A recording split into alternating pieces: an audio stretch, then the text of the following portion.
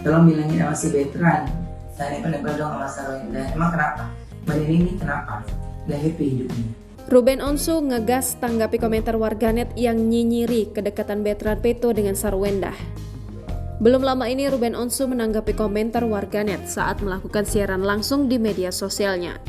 Siaran langsung Ruben Onsu tersebut diunggah kembali oleh akun TikTok fanbase @bentoxbensu_sumbar pada Jumat 3 November 2023. Warganet yang bernama Neni tersebut belak-belakan meminta Ruben Onsu untuk lebih memperhatikan kedekatan putra angkatnya, veteran Peto, dengan Sarwenda. Pasalnya, warganet menilai kedekatan veteran Peto alias Onyo dengan Sarwenda sudah melewati batas wajar. Alih-alih mengiyakan permintaan warganet itu, Ruben seakan tersulut emosi. Ruben lantas menyindir warganet yang mencampuri urusan keluarganya itu hidupnya tidak bahagia. Tak kapok, warganet itu kembali menuliskan komentar nyinyirnya.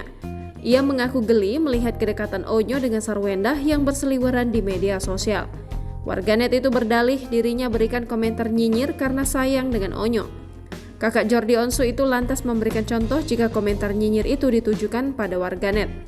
Hal itu dilakukan Ruben agar warganet yang suka berkomentar nyinyir atau memberikan komentar jahat bisa lebih berhati-hati.